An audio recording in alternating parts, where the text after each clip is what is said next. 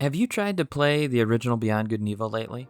I completed a playthrough 6 months ago, but I was disappointed when trying to start up the game this past week.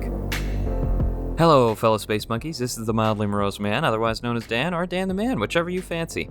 I'm here to bring you another thought-provoking video on the video game Beyond Good and Evil. Be sure to subscribe if you want to stay up to date on all things BG&E and BG&E 2. I'm still a huge fan of the game and the Beyond Good and Evil universe. The issue that I'm having with the game has to do with getting it to run on my PC. I imagine that anyone who has tried to play the game recently has experienced major compatibility issues that lead to unplayable frame rates, desynced audio, and ridiculous texture pop-in. I have just spent close to 7 hours this past week trying to get my Steam copy of the game working again. It worked 6 months ago, but I'm guessing a Windows update has magically broken the fixes and mods that helped the game run.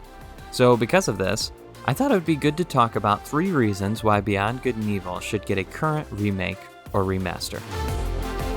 First off, it's hard to find a way to play the game. The easiest way to get a hold of the game is through Steam, Uplay, or Galaxy of Games on PC.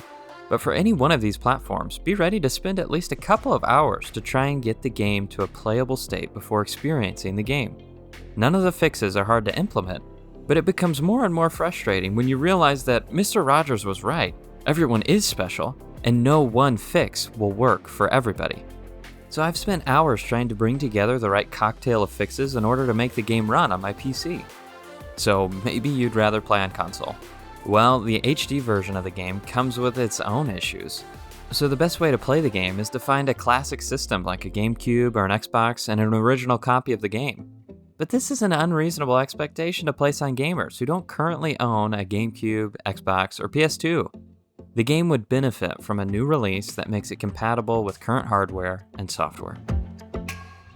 Second, remakes and remasters are all the rage these days. It is the golden age of remakes and remasters. Think about the Crash Bandicoot trilogy, Resident Evil 2, the Spyro trilogy, Shadow of the Colossus, Pokemon Let's Go Pikachu and Eevee, Metroid Samus Returns, and Final Fantasy VII. Yeah, do I need to say much more? Beyond Good and Evil would fit right in with some of these titles, and they could even add in deleted content from the original game. And finally, this would be a great way to promote the new sequel. There's no need for the original Beyond Good and Evil to remain a cult classic. With the resurgence of gamers wanting to play classic games, the original BG&E would find a wider audience for gamers hungry for a classic action RPG.